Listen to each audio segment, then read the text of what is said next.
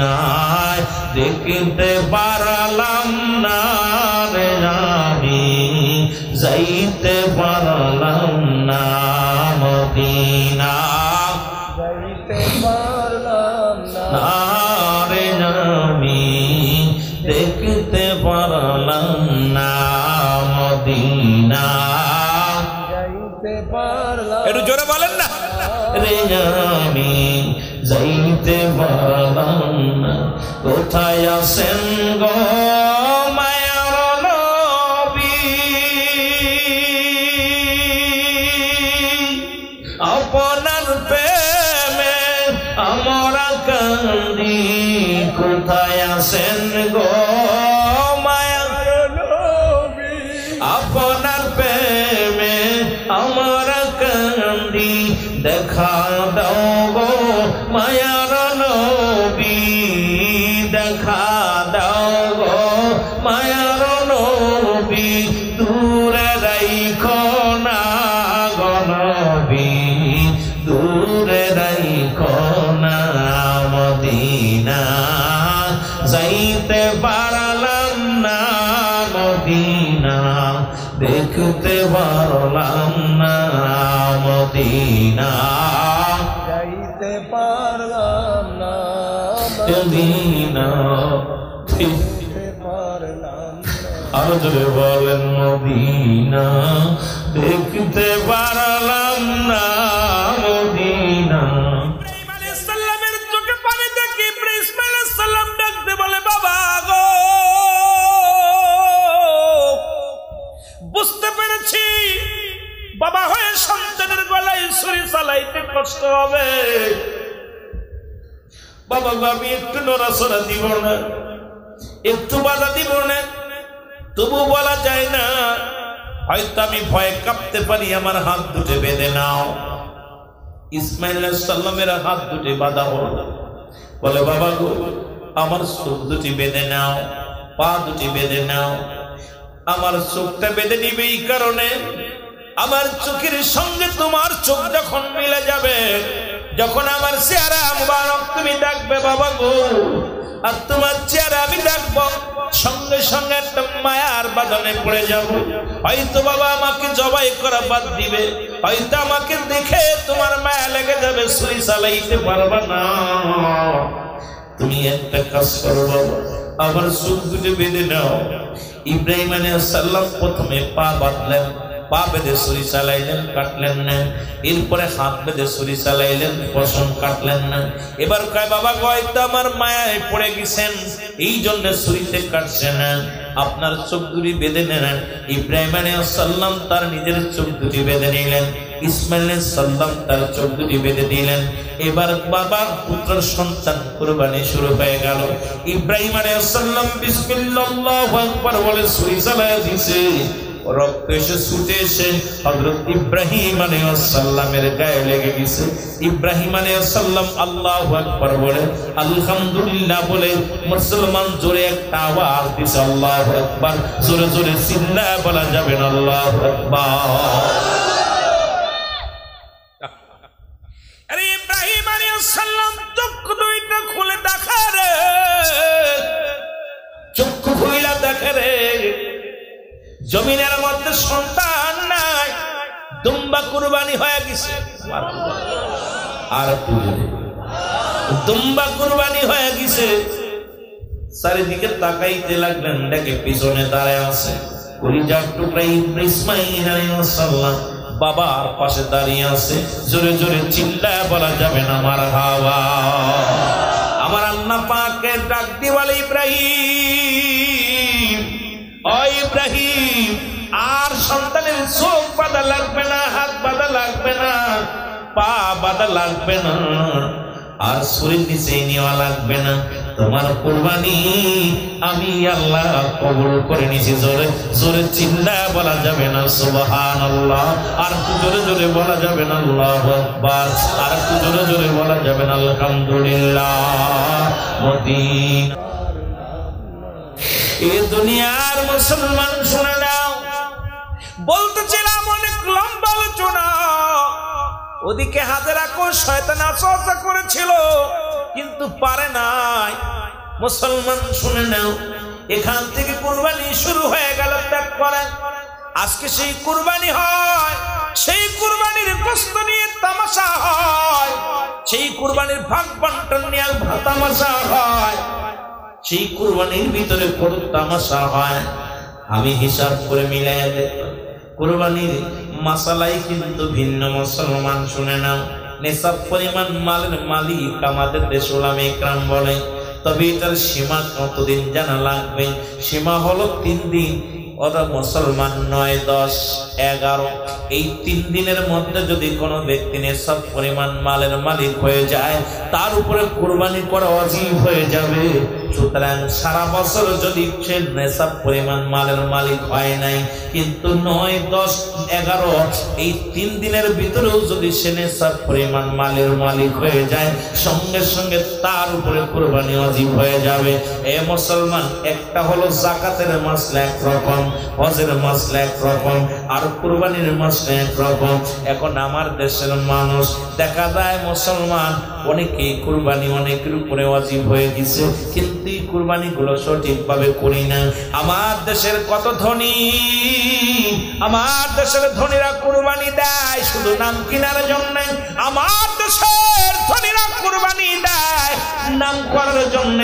আমার দেশের ধনীরা কুরবানি করে, কার কত মন গোশত হলো, গোশতে কত মন হলো, কত শের হলো, কত বড় গরু দিয়া হলো, ও লক্ষ টাকা, কয় লক্ষ টাকার গরু দিয়া হলো।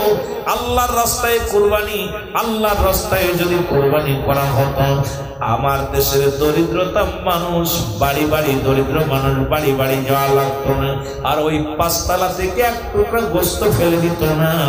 ধনীরা উপর থেকে ফেলে দেয়, গরিবেরা তুলে নেয়। মুসলমান শুনে নাও, আল্লাহ বাদশারে ফকির বানাইতে পারে, ফকিরে বাদশা বানাইতে পারে। সুতরাং গরিবের সঙ্গে ভালো ব্যবহার করো, কারণ তোমার আমার নবী, যিনি আমার আপনার নবী ছিলেন, যিনি কুল কায়নাতের রহমত ছিলেন, আবার তামাম পৃথিবীর বাদশা ছিলেন, বাদশারও বাদশা ছিলেন, আবার নবী দিন মজুরি ছিলেন। নবীজি আমার মেষ চড়াইছেন। আজকে খাতা ফরিদপুরের মুরিদ আমরা যারা, ওই দয়াল নবীর গুণে গুণান্বিত আমার মুর্শিদ কেবলা ছিলেন। বাবা জান যেমন ছিলেন ধনী, তেমনি ছিলেন দরিদ্রদের দরিদ্র। কেবলা জান হুজুর জীবন দশায় নবীজির আদর্শের এক চুলে দিক ছিলেন না। নবীজি না খায় পেটে পাথর বাঁধছে, আমার মুর্শিদ না খাইয়া পেটে পাথর বেঁধেছে। আমার দয়াল নবী দুনিয়ার মধ্যে বকরি চড়াইছে, কেবলা জান হুজুর তার পীরের দরবারে 40 বছর গোলামি করেছে, মেষ চড়াইছে, মুসলমান বকরি চড়াইছে। দরবারে মাটি কাটছে। দয়াল নবী দুনিয়ার মধ্যে সে উম্মতের মায়ের পেরেশানিত হয়েছিলেন। কেবলা জান হুজুর সেই দুনিয়ার মধ্যে সে মুরিদের মায়ের পেরেশানিত হয়েছিলেন। দয়াল নবী যাবার আগে ডাক দিয়ে বলেছিল, ফাতেমা রে, আমি চলে যাচ্ছি, যাবার আগে আমার উম্মতের রেখে নিলাম। আমি উম্মতের সারা পাগল, উম্মতের সারা থাকতে পারি না। উম্মত আমার জান, উম্মত আমার প্রাণ। ওই যাওয়ার আগে কেবলা জান হুজুর ভাইজানদের ডেকে বলেছিল, মুজাদ্দিদ সাহেব বলেছিল, বাবা তোমাদেরকে রেখে গেলাম, আমার গরিব মিসকিন অসহায় জাকেরাদের জন্য রেখে গেলাম, তারা যেন কষ্ট না পায়, তারা যেন দুঃখ না পায়।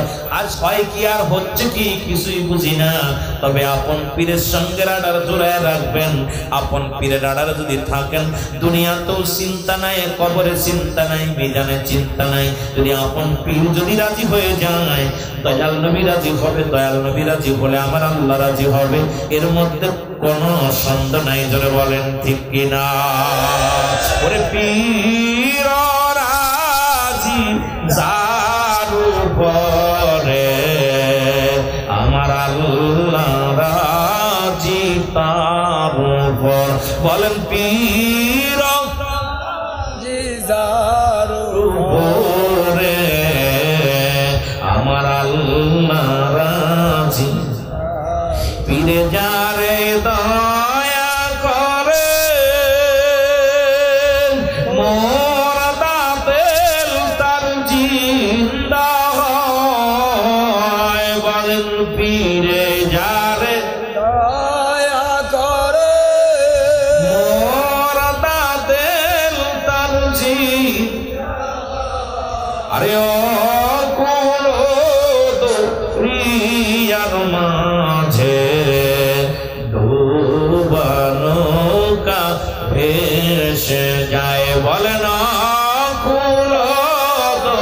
দরিয়ার মাঝে ডোবা নৌকা ভেসে যায়।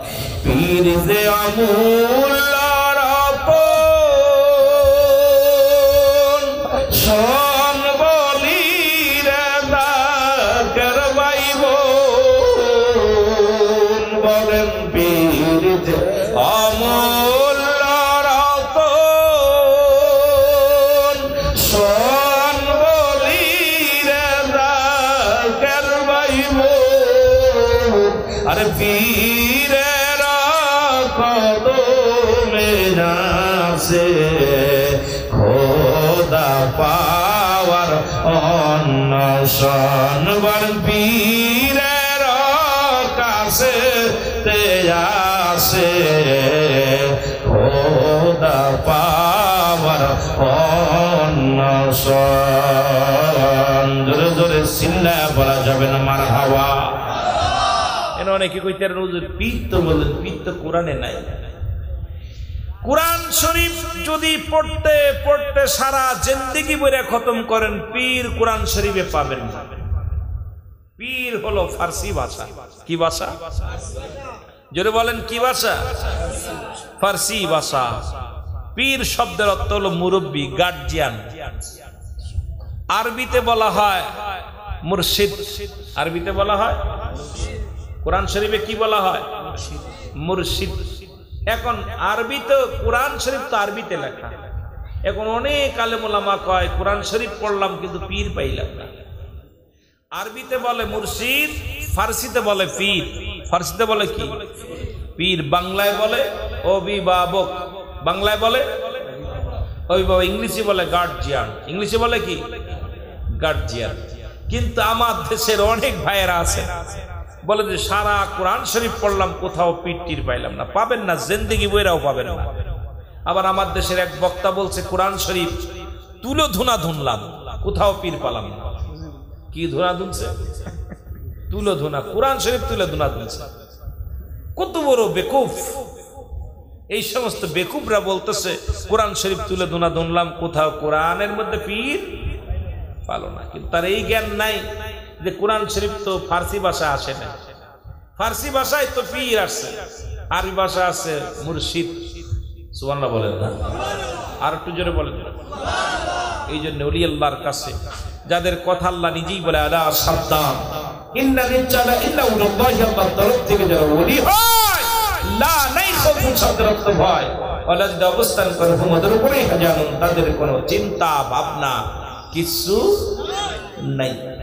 কোরআন শরীফ সূরা ইউনূসের মধ্যে 11 নম্বর পারা 62 নম্বর আয়াত। কত নম্বর? জোরে বলেন না। আলা সাবধান। নামাজের আগে আলা আসে নাই, হজের আগে আলা আসে নাই, যাকাতের আগে আলা আসে নাই। আল্লাহ বলছে আল্লাহর ওলিদের বিষয় আলা সাবধান, ইন্না নিশ্চয় ইন্না উল্লাহি, আল্লাহর তরফ থেকে যারা ওলি হয় লা নাই খৌফুন শব্দের অর্থ ভয়। ভয়, তাদের কোনো চিন্তা ভাবনা কিছু নাই। আবার রাসূল বলছে মিরকাত শরীফ, মিরকাতের 10ম খণ্ড 722 নম্বর পৃষ্ঠা, তাফসীরুল বায়ান 5ম খণ্ড 524 নম্বর পৃষ্ঠা। রাসূল বলে আলা সাবধান, ইন্না নিশ্চয় ইন্না উল্লাহি, আল্লাহর তরফ থেকে যারা ওলি হয়েছে লা ইয়ামুত, তাদের মৃত্যু নাই। সুবহানাল্লাহ বলেন। আর একটু জোরে বলেন। তামার ভাইরা, অসংখ্য আল্লাহর ওলিরা ইন্তেকাল করেছেন, কামেল পীর এবং নাকেস পীর। অসংখ্য বাংলাদেশে অনেক নাকেস পীর আছে। কামেল পীর যারা পেয়েছেন তারা ধন্য।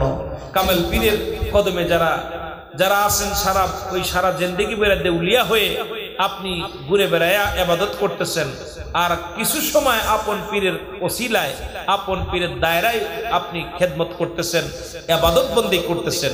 ওই 12 বছর বা 40 বছর দৌড়াইয়া ইবাদত করে যে ফায়দা অর্জন করতে পেরেছেন, কিছু সময় আপনি আপন পীর এই পৃথিবীর মধ্যে কামেল পীরের কদমে যদি আপনি নেসার হইয়া আল্লাহ রাসূলের গোলামি করতে পারেন, ওই 12 আপনি 40 বছর সাধনা করে যে ফায়দা লুটেছেন তার চাইতে বেশি ফায়দা কিছু সময়ের মধ্যে হাসিল করতে পারবেন। জোরে বলা যাবে না সুবহানাল্লাহ? আর একটু জোরে বলেন না সুবহানাল্লাহ? একটু মহব্বতের সঙ্গে দুরূদ শরীফ পড়েন। আল্লাহুম্মা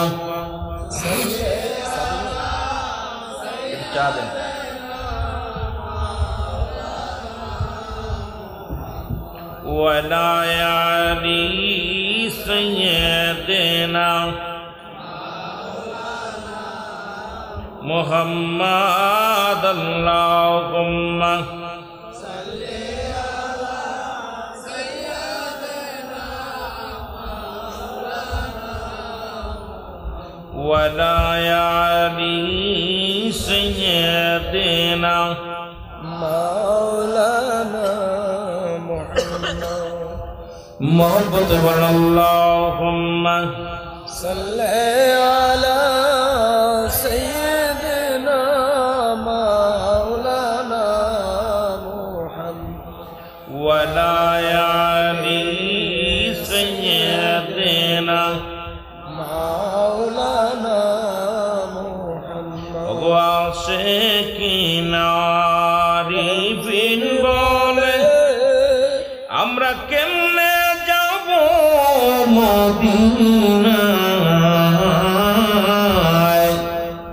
আল্লাহর ওলিরা ঘরে বসে দয়াল নবীজিকে দেখতে পায় আল্লাহুম্মা সাল্লি আলা সাইয়্যিদিনা মাওলানা মুহাম্মদ ওয়ালা এ ভাইরা আমার বন্ধুরা অনেক আলোচনার মধ্যে পাশে দেখলাম কবর। মানুষের তিনটা বিপদ, নাম্বার 1 হলো মানুষের মরণ, নাম্বার 2 হলো মানুষের মুসলমান, শুনে নেন, কবর, নাম্বার 3 হলো কিয়ামতের ময়দান। একটার পর একটা বিপদ, কয়টার পর কয়টা, একটা 1 নাম্বার বিপদ হলো মানুষের মরণ। এই মরণের পেলা পান কর্তব্যের মধ্যে কোনো সন্দেহ নাই। মানুষ মৃত্যুবরণ করে 2টা টাইমে, একটা হলো রাতের বেলা, একটা হলো দিনের বেলা। ও মুসলমান, হয় মানুষ ইন্তেকাল করে দিনে, না হয় ইন্তেকাল করেন রাত্রে। নবীজি কি বলছে শুনে নেন, ভালো করে শুনে নেন। এই পৃথিবীর মধ্যে যারা মাকে হারাইলেন, যারা বাবাকে হারাইলেন, নবীজি বললেন এই হজের মৌসুম খেয়াল করেন। নবীজি বললেন আমি কি তোমাদের কবুল হজের সব এমন একটা আমল আমি তোমাদেরকে শিক্ষা দিব, এমন একটা আমলের কথা বলবো। সাহাবী کرام বললেন ইয়া রাসূলুল্লাহ, ইয়া হাবিবাল্লাহ, কি সেই আমল? নবীজি বললেন যে আমলটা করলে একটা কবুল হজের সব তোমাদের আমল নামায় লেখা হয়ে যাবে। সাহাবীরা বললেন হুজুর সেই আমলটা কি? নবীজি বললেন সে আমলটা হলো যাদের পৃথিবীর মধ্যে পিতা মাতা জিন্দা আছে, বাড়ি যে সালাম দিবে আসসালামু আলাইকুম মা, বাড়ি যে সালাম দিবে আসসালামু আলাইকুম বাবা, তার আমল নামায় একটা করে লেখা হয়ে যাবে। জোরে বলা যাবে না সুবহানাল্লাহ? আর একটু জোরে বলা যাবে না আল্লাহু আকবার? নবীর সাহাবীরা চোখের পানি ছেড়ে কাঁদতে লাগলেন, যাদের আব্বা নাই, যাদের মা নাই। আজকে আমার ভাইয়ের যেমন মা বাবা কেউ নাই, এত বড় একটা নেকি থেকে বঞ্চিত হয়ে গেল। যারা বাপ মারে সালাম দিবেন বাড়ি যে আসসালামু আলাইকুম মা, একটা কবুল হজের সব, আসসালামু আলাইকুম বাবা, একটা কবুল হজের সব। শুধু বাড়ি যে সালামটা দেওয়ার সঙ্গে সঙ্গে আপনার আমল নামায় একটা কবুল হজের সব লেখা হয়ে যাবে। নবীজি দেখলেন সাহাবীদের চোখে পানি। নবীজি বললেন সাহাবীরা রে তোমরা কেন কান্দো, তোমাদের চোখে কেন পানি? সাহাবীরা বলে ইয়া রাসূলুল্লাহ, ইয়া হাবিবাল্লাহ, 6 মাস আগে বাবারে হারাইছি, কেউ বলে 3 মাস আগে বাবারে হারাইছি, কেউ বলে 10 দিন আগে মা বাবারে হারাইছি, কেউ বলে 5 দিন আগে মা বাবারে হারাইছি। ইয়া রাসূলুল্লাহ, ইয়া হাবিবাল্লাহ, নবী গো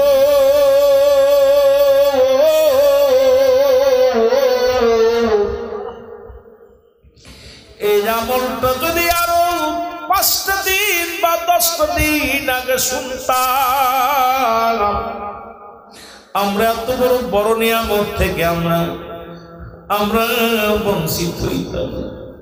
আজকে মা নাই, আজকে বাবা নাই, আজকে মারে হারাইলাম, বাবারে হারাইলাম। ইয়া রাসূলুল্লাহ, ইয়া হাবিবাল্লাহ, আমার নবী ডাকতে বলে সাহাবীরা তোমরা কি আমার মধ্যে তিম? আমি নবীর মা নাই, আমি নবীর বাবা নাই, এই পৃথিবীর মধ্যে আমার মধ্যে তিনকি তোমরা। মুসলমান শোনো, আমি এমন এতিম, যখন 6 মাস আমি আমার মায়ের গর্ভে, তখন আমি আমার বাবারে হারায় ফেলেছি। যখন 6 বছর বয়স তখন আমার মাকে হারাইছি। যখন 6 বছর 6 মাস দাদা আব্দুল মুত্তালিব আমি হারাইছি। পৃথিবীর মধ্যে আমার মতো এতিম কেউ ছিল না, তোমরা তো আমার মতো এতিম কেউ নাই। আমার আল্লাহ রাখতে কয়, হাবিব রে, তোমার সাহাবীদের চোখে পানি, তোমার চোখে পানি রে হাবিব, পানি মুছে ফেলো। যাদের আব্বা নাই মা নাই তাদের জন্য আমি দোয়া শিখিয়ে দিলাম। আমার সামনে পড়েন, রব্বির হামহুমা কামা রব্বায়ানি সাগীরা। জোরে জোরে বলেন, রব্বির হামহুমা কামা রব্বায়ানি সাগীরা। জোরে জোরে চিল্লায় বলেন সুবহানাল্লাহ। এ মুসলমান গভীর মনোযোগ, আমার আল্লাহ তাআলা ডাকতে বলে, হাবিব,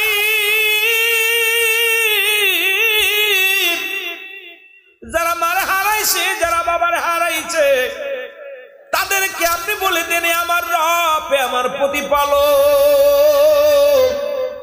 আমার আব্বা মার সগীরা গুনাহ মাফ করে দেন, কবিরা গুনাহ মাফ করে দেন, জানা গুনাহগুলো মাফ করে দেন, না জানা গুনাহগুলো মাফ করে দেন, জানা অজানা সমস্ত গুনাহগুলো আপনি মাফ করে দেন। যেমনি ভাবে আব্বা মা আমাদেরকে লালন পালন করেছিল, ও মুসলমান, তদ্রুপ আমাদেরকে আপনি রহমতের কোলে তুলে নেন। ওই পৃথিবীর মধ্যে আমাদের যাদের আব্বা নাই, যাদের মা নাই, সুতরাং আল্লাহ নিজে শিখায় দেয়। আমার সামনে পড়েন আবার, রব্বির হামহুমা কামা রব্বায়ানি সাগীরা। জোরে জোরে বলেন, রব্বির হামহুমা কামা রব্বায়ানি সাগীরা।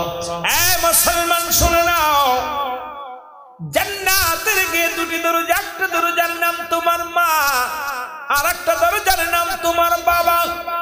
আল্লাহু আকবার। জান্নাতে যেতে হলে মাও লাগবে, বাবাও লাগবে, ঠিক? আর কোন অংশে কারোর কম নাই, কারোর অবদান কম নাই। তুমি জান্নাতে যেতে চাও মা, জান্নাতে যেতে চাও বাবা, একটা দরজা তোমার মা, একটা দরজা তোমার বাবা, দুইটা দরজাই প্রস্তুতি করো। কার জন্য মা নাই, কার জন্য বাবা নাই। এই জন্য কয়েকটা কথা বলতেছিলাম মুসলমান, পিতা মাতার জন্য আমার বাবারা লক্ষ্য করে শুনবেন, শুধু অল্প করে আমি কথাগুলো বলে যাই আপনাদের বোঝানোর জন্য। পিতা মাতা যারা দুনিয়া থেকে হারায়া ফেলেছেন, পৃথিবীর মধ্যে 14টা হকের মধ্যে এই হকগুলো আমাদের জানার দরকার। এই 7টা হক হলো দুনিয়ায় জীবিত থাকতে 7টা হক। যাদের যাদের আব্বাস মা জীবিত আছে একটু হাত দুখানা তোলেন। আব্বা নাই কার কার, আব্বা আছে কার কার, একটু হাত তোলেন, তোলেন না একটু হাত। যাদের নাই তারা তোলেন, যাদের নাই। আগে যাদের নাই তাদের কথা বলে যাই, তারপরে বলবো আপনার মা।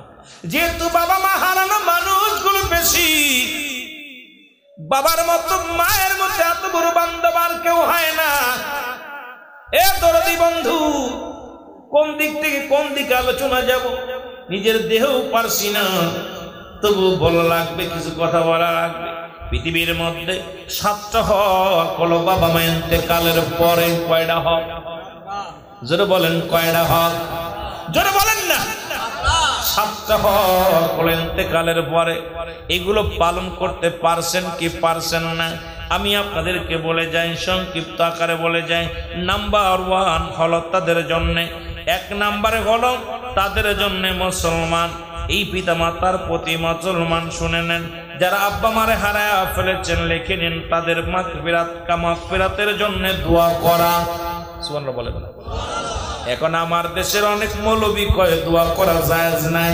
এর একখান দলিল দেখায় দাও, ওরে মুফতি শফিক আহমেদের লেখা দেওবন্দ মাদ্রাসার আলেম যারা আছেন, কওমি মাদ্রাসার বাজানেরা যারা আছেন, দেওবন্দ মাদ্রাসার ছাত্র ভাইয়েরা যারা আছেন, মুফতি শফিক আহমেদের লেখা ফতোয়া দেওবন্দের মধ্যে দ্বিতীয় মুসলমান শুনেন দ্বিতীয় খণ্ড 33 নম্বর পৃষ্ঠার মধ্যে মুসলমান আল্লামা মুফতি শফিক আহমেদ লেখলেন ফতোয়া দেওবন্দের মধ্যে দ্বিতীয় খণ্ড 33 নম্বর পৃষ্ঠার মধ্যে বয়ান করছেন 5 ওয়াক্ত নামাজ পড়ে দোয়া করে সর্বআলাতে আল্লাহর দরবারে দুটি হাত উঠায় দোয়া করা উত্তম সুন্নাত, উত্তম মুস্তাহাব। জোরে জোরে চিল্লায় বলা যাবে না মারহাবা। এটা আমাদের কিতাব নয়, আপনাদের কিতাব। এখন মৃত্যুর পরে দোয়া করা যাবে না। অসংখ্য দলিল আছে দোয়ার বিষয়ে। মুসলমান যদি জানার দরকার থাকে, কোনো মুফতি সাহেব থাকেন গো বসেন, আমরা বলে যাই বাবা কত জায়গা দোয়া করা যাবে না। বুখারী শরীফ, তিরমিজি শরীফ, কয় কোন কিতাবের মধ্যে দোয়ার বিষয় নাই। আসলে আপনার কপাল পোড়া, এই জন্য আপনি দেখেন নাই।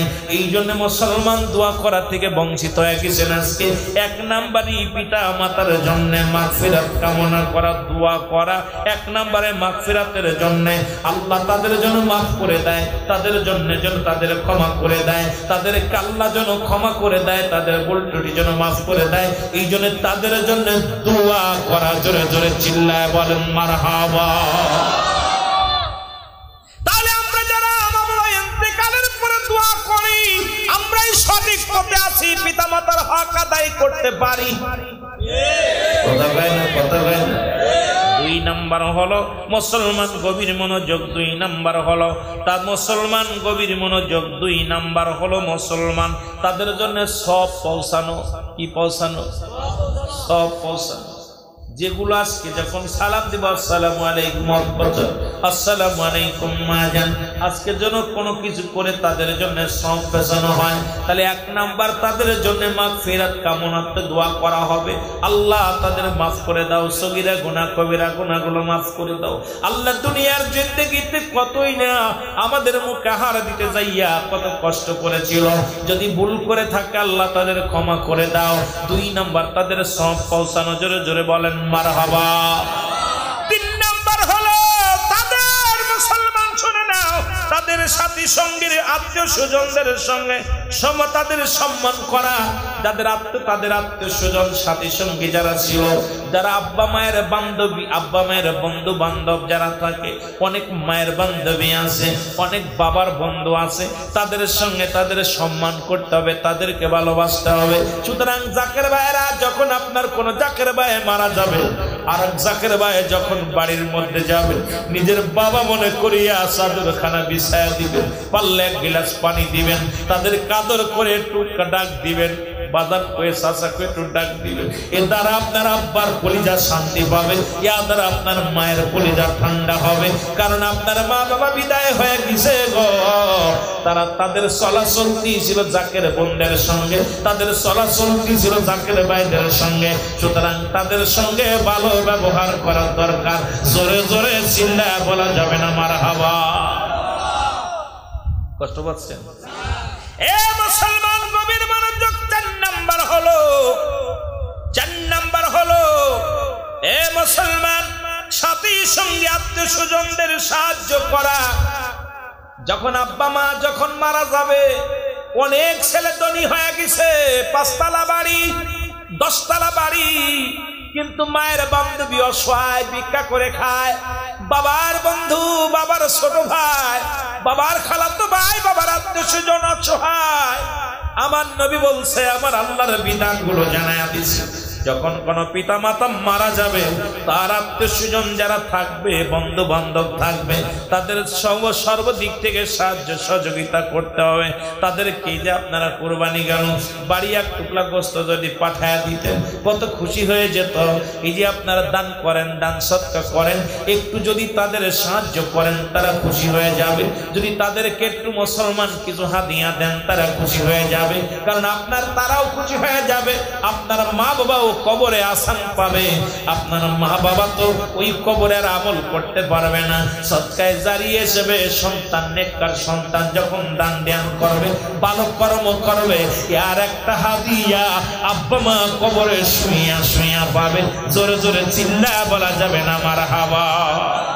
আর একটু জোরে বলেন। মুসলমান গভীর মনোযোগ, মৃত্যুর পরে মুসলমান 5 নম্বর হলো ঋণ পরিশোধ করা, আমানতদার মুসলমান আমানত আদায় করা। এ মুসলমান শোনো, যদি কোনো পিতা মাতা ঋণী হয়ে যায়, ঋণ বুঝা নিয়ে কবরে চলে গেছে, তুমি যত পারো মানুষের কাছে শুনে শুনে আব্বা মার ঋণ পরিশোধ করো। আব্বা মা ব্যাংকে ঋণ ছিল, মা তারে তুই শোধ করো। যদি কারোর কাছ থেকে টাকা পয়সা নিয়ে থাকি শোধ করো। একটু খোঁজ নাও, বন্ধু বান্ধবের কাছে খোঁজ নাও, ভাইজান আমার আব্বাজান কি দিনা ছিল, আমার আব্বাজানের কাছে কেউ টাকা পাবে কিনা, আমার আব্বা জানকে তারা যেন ক্ষমা করে দেয়। তুমি খোঁজ নিয়ে তাদের মুসলমান শুনে নাও, তাদের দিনা আদায় ঋণগুলো পরিশোধ করতে হবে মুসলমান, এবং আমানত আদায় করতে হবে মুসলমান। যেগুলো আমানত রেখে গেছে, যেগুলো আপনার যেগুলো আদায় করতে হবে, তার সন্তানাদি পরিবার পরিজন যেগুলো আমার আপনার কাছে রেখে দিয়েছে দুনিয়ার জিন্দেগিতে, তাদের এইগুলো দেখাশোনা সব কিছু করলে আপনার আব্বা তাই শান্তি পাবে কবরে শুয়ে, আপনার মা শান্তি পাবে কবরে শুয়ে যান। আল্লাহ যেন এগুলো আদায় করার তৌফিক দান করে। সরে বলে না আমি, আরো জোরে বলে না আমি। এ মুসলমান, শরীয়ত মোতাবেক 6 নাম্বার হলো শরীয়ত মোতাবেক ওসিয়াত পূরণ করা।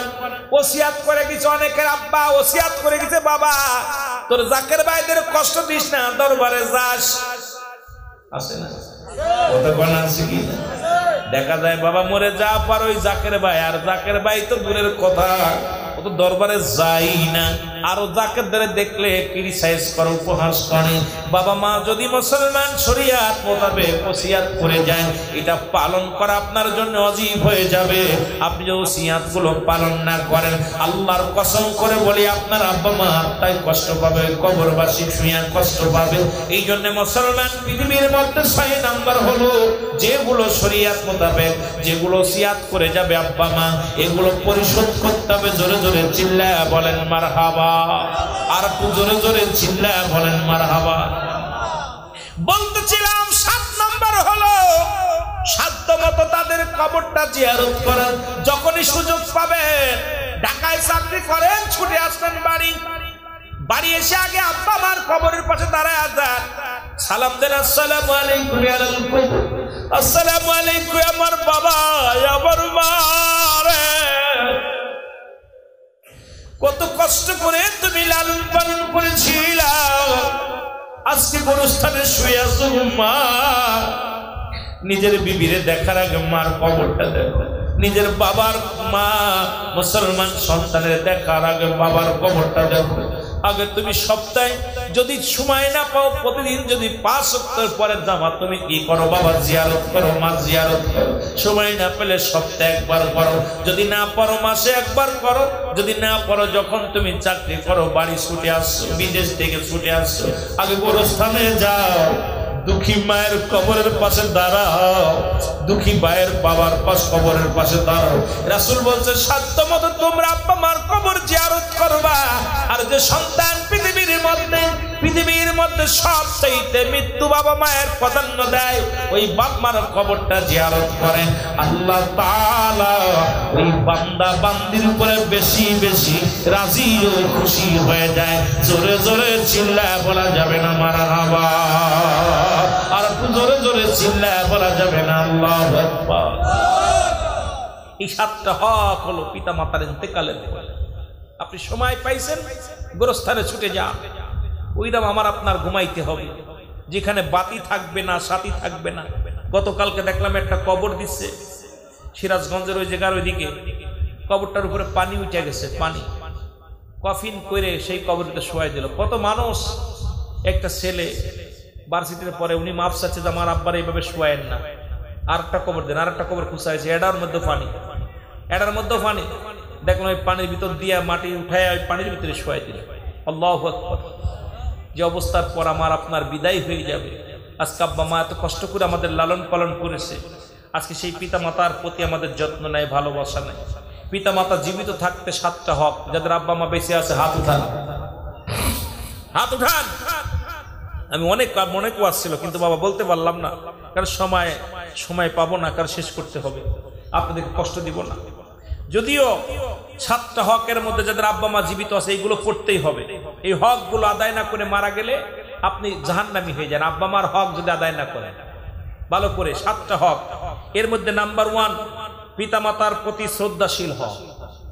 পিতামাতা সে দেখতে খারাপ থাক, সে ভ্যান চালক হোক, রিক্সা চালক, অনেক সন্তান চাকরি পাওয়া পর বাবা মা যদি ভ্যান চালক হয়, রিক্সা চালক হয়, বাড়ি মানুষের বাড়ি কাজ করে, পরিচয় দিচ্ছে না, জোরে বলে ঠিক কিনা? কাজের মানুষ বানায় ফেলে, কথা কয় না কেন? কয় এটা কেডা, কয় ওটা আমার বাড়ির পাশের লোক, বাবা পরিচয় দেয় না। 1 নম্বরই হলো তাদের প্রতি শ্রদ্ধাশীল হতে হবে, সবসময় তারা শ্রদ্ধা করতে মাথায় রাখতে হবে। কখনো তারা ছোট হোক, তাদের কখনো খাটো করা হোক, এইরকম মনোবাসনা যদি কোনো ব্যক্তি করেন দুনিয়া থেকেই সে লাঞ্ছিত হয়ে যাবে, দুনিয়া আখিরাতে যাওয়া লাগবে না, দুনিয়াতেই সে লাঞ্ছিত হয়ে যাবে। এই জন্য সদা সর্বদাই তাদের শ্রদ্ধা করতে হবে। সুবহানাল্লাহ বলেন না? আপনার বাবা মা হোক দেখতে শুনতে কুৎসিত হোক, অনেক আব্বা মা দেখতে শুনতে ভালো না হইলে, সন্তানের দেখতে শুনতে ভালো হইলে বন্ধু বান্ধবের সামনে গেলে কয় ওটা কেডা, কয় ওটা আমাদের বাড়ির চাচা, কাজের মানুষ। আমার বাজানরা কসম আল্লাহ আব্বা মার প্রতি শ্রদ্ধাশীল হওয়া লাগবে। নাম্বার 2 হলো মনে প্রাণে তাদেরকে ভালোবাসতে হবে, মনে এবং প্রাণে। মুখে মুখে অনেকে বাড়ি এসে বাইরে এসে আমি আব্বারে খুব ভালোবাসি, দেখা যায় মনে এবং প্রাণে। জীবনের চাইতে যেমন নিজের গায়ে একটা মশা লাগলে যেমন কষ্টটা লাগে, তদ্রূপ আপনার পিতামাতার দিকে এমন ভালোবাসতে হবে যে একটা পিপিলিকা কামড় লাগলে আপনার কলিজার মধ্যে লাগবে। এই জন্য মনে প্রাণে আপনার আব্বা মারা ভালোবাসতে হবে। বাপ মা কাশি দিতে কাশতেছে, কত কষ্ট করে, বুড়া হয়ে গেছে, কাশতেছে, ঠান্ডা লাগছে, খাইতে পারে না, ভাতটা শক্ত হলে খাইতে পারে না, নরম করে দেন। আপনার আব্বা মা এত কষ্ট করতেছে, মনে প্রাণে আপনি ভালোবাসবেন। কেমন ভালোবাসবেন? ভালোবাসা মানে ভালোবাসার কোনো শেষ নাই, ভালোবাসার কোনো শেষ নাই। তাদের কেমন ভালোবাসবেন যে আপনার সন্তান যদি বিরক্ত করে, রাসূল বলছে যখন তোমাদের পিতামাতা বুড়া হয়ে যায়, বুড়া মানুষ আর বুড়া মানুষের স্বভাব এক। যদি ছোট মানুষ আপনার ছেলে বা মেয়ে, যদি বুড়া মানুষ যেমন বিরক্ত করে, বুড়া হয়ে গেলে এরকম বিরক্ত করে। যখন 40-এর আপ হয়ে যায় বয়স, তখনই মানুষ ভুল করার মধ্যে থাকে। দেখো মুরব্বী হয়ে গেলে অনেক সময় ভুল করে, হয়তো প্রস্রাব করে দিল লুঙ্গি ভরে, হয়তো কার নাম থেকে কারে ডাকলো, হয়তো একটা কথা বলতে আর একটা কথা বলে ফেলে, একটা কাজ করতে আর একটা কাজ করে ফেলে। আমার বাবারা, রাসূল বলছে যখন বুড়া হয়ে যাবে তখন তাদের এই দেন শক্তি কমে যাবে, তারা তখন ভুল করবে। খবরদার তাদের সঙ্গে খারাপ ব্যবহার করা যাবে না, তাদের সঙ্গে টু শব্দ করা যাবে না। কেন তোমার ওই বুড়া মানুষ যখন ছোট বাচ্চা যদি বিরক্ত করে, কখনো তাকে তুমি হাজার অন্যায় করলো তুমি তাকে মারবা না, রাগ করবা না, বুঝাইবা। তদ্রূপ তোমাদের আব্বা মা যখন বুড়া হয়ে যাবে তাদের সঙ্গে ভালো ব্যবহার করতে হবে, তাদেরকে বুঝাইতে হবে। তারা অন্যায় করছে, দেখছেন আপনি অন্যায়, খবরদার অন্যায় মনে করবেন, এইটাই নিয়ে ভালো কাজ করছে, খবরদার বাবা মার প্রতি দুঃশব্দ করা যাবে না। আল্লাহু আকবার বলেন না? 3 নাম্বার হলো সর্বদাই তাদের কথা মেনে চলতে হবে। বাপ মা যেটা বল উপদেশ দেবে, এই উপদেশগুলো আমাদের মেনে চলতে হবে। আব্বা মা যখন যে উপদেশ দিবে, আব্বা মা আপনাদের উপদেশ দিছে, ভালো একটা উপদেশ দিছে, যে উপদেশটা যদি খারাপ হয়, যে হুকুম দিবে, বাবা এগুলি যাস না, এগুলি যার দরকার নাই, আমরা বাবা আজকে মাঠে যাস না, যাস না।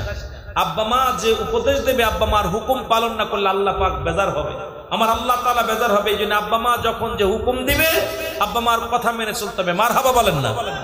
আমরা অনেক সন্তান পিতামাতার কথা মানি না, পিতামাতার কথা মানি না। আল্লাহর কসম, আপনি নামাজ দাঁড়াইছেন, নামাজ দাঁড়ার পর আপনার আব্বা ডাক দিছে, আব্বা ডাক দিয়ে রুল আমিন, নামাজ ছেড়ে দাও। একমাত্র ফরজ নামাজ ব্যতীত নফল সুন্নাত নামাজ ছেড়ে দেবে, যে নামাজের জায়গা।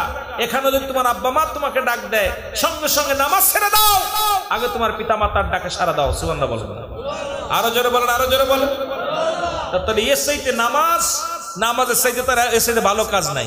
ভালো কাজ আছে?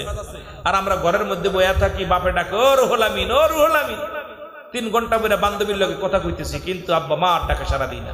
দ্বিতীয় ডাক দিতে হলে কষ্ট হবে, এর জন্য কিয়ামতের ময়দানে জবাব দিতে হবে আল্লাহর দরবারে। এই জন্য পিতামাতা যখনই ডাকবে, যখন যে হুকুম করবে, তালিম করতে হবে। আল্লাহ যেন বোঝার তৌফিক দান করে। সকল বলে না আমিন? আরো জোরে বলে না আমিন? এবং 4 নাম্বার হলো তাদের খেদমত করতে হবে। তাদের কি করতে হবে? খেদমত। কি লাগবে যে একটু আগে বললাম, খেদমতটা কি? আপনারা দেখছেন একটা মুরব্বী, আমরা পীরকে যেমন ভজন করি, মুরব্বী ওই মুরব্বী এমন ভজন করতে হবে, এমন খেদমত করতে হবে। এখন আপনার আব্বার দাঁত পড়ে গেছে, এখন আপনি জানেন যে আমার আব্বার এখন খাওয়া পরে একটা পান খাইতে হবে, দ্রুত যে পানটা বাইটা দেন, ভাত চাইনা দেন, অজুর পানি আগায় দেন, বিছানাটা বানিয়ে দেন, আপনার দুনিয়ার মধ্যে যত যাবতিক লাঠিটা আগায় দেন, কাপড়টা ভালো করে ধুয়ে দেন, গায়ে দেন। 1 নাম্বার হলো তার আপনি ঘুমাইতে পারেন রাত্রেবেলা, হাতটা মেসেজ করে দেন, পাটা মেসেজ করে দেন, মাথায় তেল মাখিয়ে দেন। মানে 1 নাম্বার কথা হলো যে আব্বা মার এমন খেদমত করতে হবে আব্বা মা যেন কষ্ট না পায়, তাকে সদা সর্বদাই খেদমত এমন তো ভালোবাসতে হবে। ছোট বাচ্চা যেমন ঠান্ডা লাগার ভয়ে তেল মাখান, হাজারবার তেল মাখান, খেতার মধ্যে রাখেন, র্যাপের মধ্যে রাখেন, এরপরে কম্বলের মধ্যে জুড়ায় রাখেন, বাইরে যেমন যত্ন করে রাখেন, ঠিক পিতামাতা যখন বুড়া হয়ে যাবে তদ্রূপ ওই রকম যত্ন করতে হবে, পিতামাতা যেন কোনো রকম কষ্ট না পায়, ঠান্ডা পানি না পড়ায়, ঠান্ডা জায়গা না যায়, এত খেদমত করবেন যে খেদমত যখন করবেন আল্লাহ তাআলা আপনার উপরে রাজি খুশি হয়ে যাবে। জোরে বলেন সুবহানাল্লাহ। আর একটু জোরে বলেন মারহাবা। পিতামাতার খেদমত জোরে বলা যাবেন আল্লাহু আকবার। পিতামাতার কি করা লাগবে? খেদমত করা লাগবে। আমার ভাইয়েরা গভীর মনোযোগ। 5 নাম্বার হলো তাদের প্রয়োজনীয়তা পূরণ করতে হবে। তাদের প্রয়োজন কি? প্রয়োজন কি? তাদের প্রয়োজনটা কি আগে বুঝতে হবে। আমার আপনার বুঝতে হবে যে এই প্রয়োজনটা কি, তার এখন কি লাগবে। আমি বুঝতেছি, আমি আপনার বোঝা লাগবে সদা সর্বদাই যে আপনার বাবার এখন কি প্রয়োজন, মায়ের এখন কি প্রয়োজন।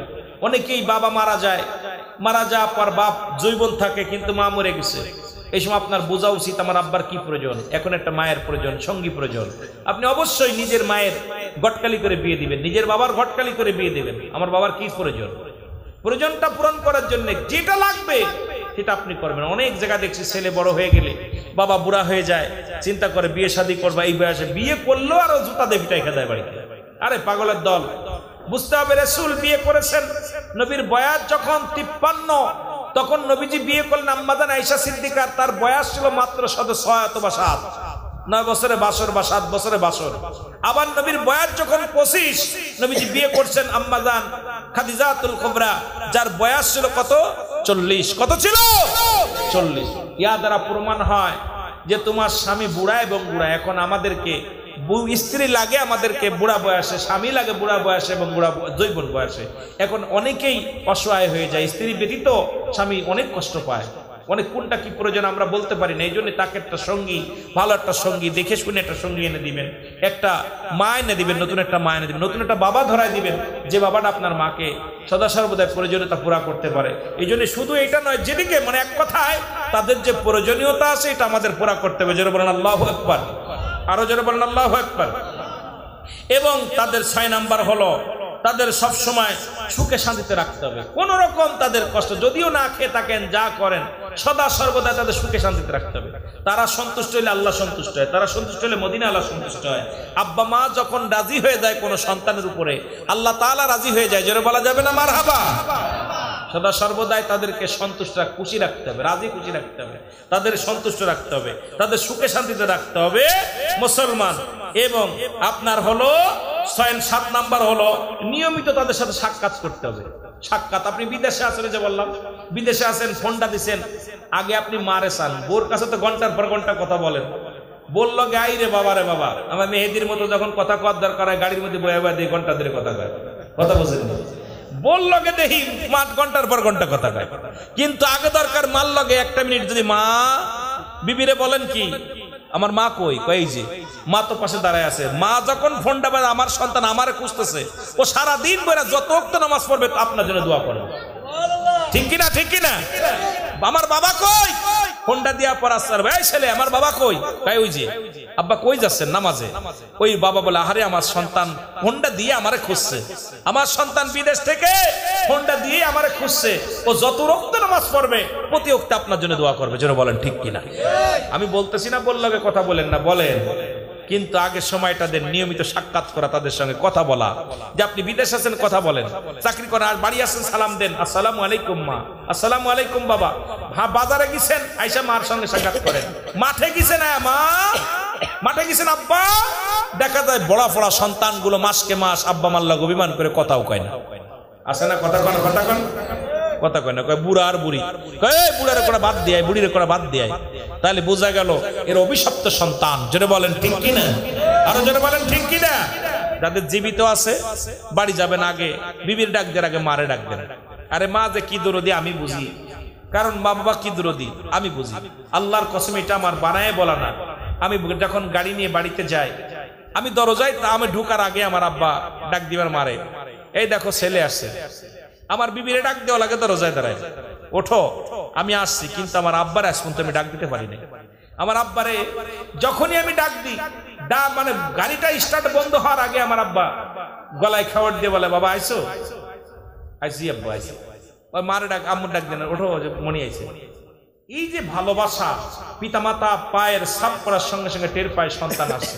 পৃথিবীর মধ্যে কষ্ট যত দুঃখে থাক, সন্তানের মুখ দেখে একমাত্র মা বাবাই বলতে পারে সুখে আছে না দুঃখে আছে, যেটা বলেন ঠিক কিনা। এই জন্য মা বাবার সাক্ষাৎ করবেন, মা বাবারে সালাম দিবেন, মা বাবা যখন কোন রকম কষ্ট না পায়। আমার ভাইয়েরা, বন্ধুরা আমার, এই জন্য মা বাবার এই 14টা হক আমি বলে গেলাম। জীবিত থাকতে 7টা, মৃত্যুর পরে 7টা। এই হকগুলো যদি আদায় না করেন, আপনি কিয়ামতের ময়দানে আল্লাহর দরবারে জবাব দিতে পারবেন না। আল্লাহর দরবারে জবাব দিতে পারবেন? মনে থাকবো? কথা বলেন, মনে থাকবো? যাদের চলে গেছে তারা দোয়া করবেন, যাদের নাই বাড়িতে সালাম দিবেন। মনে থাকবে? আসসালামু আলাইকুম মা, আসসালামু আলাইকুম বাবা, তোমার আমল নামে একটা কবুল আজরের সব। এই নাকি কেন ছাড়বো? খালি সালাম দিবেন, আসসালামু আলাইকুম মা গো, আসসালামু আলাইকুম বাবা গো, খালি সালাম দিবেন। সালাম দিলে এত নাকি। আর যাদের চলে গেছে তারা আমরা এখন আর পাবো না। এই জন্য তাদের জন্য একমাত্র পথ হলো কবরের পাশে দাঁড়াইয়া পাক কালাম ফাতিহা শরীফ পড়ে দোয়া করা। আল্লাহ যেন কবুল করে, সকল বলুন আমিন। আরো যেন বলেন আমিন। এসেছেন যত নবী সকলের ইমাম, সালাম তোমায় গো নবী, হাজার সালাম নবী।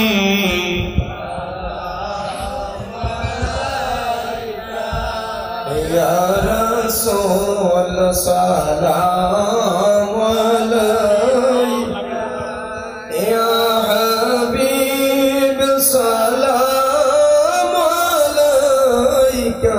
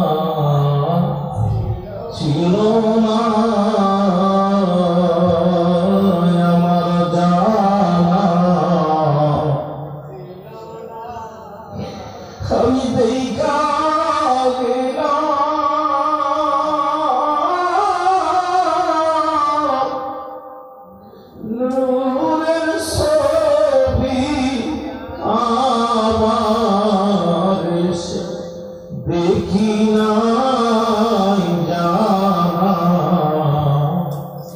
ছিল মা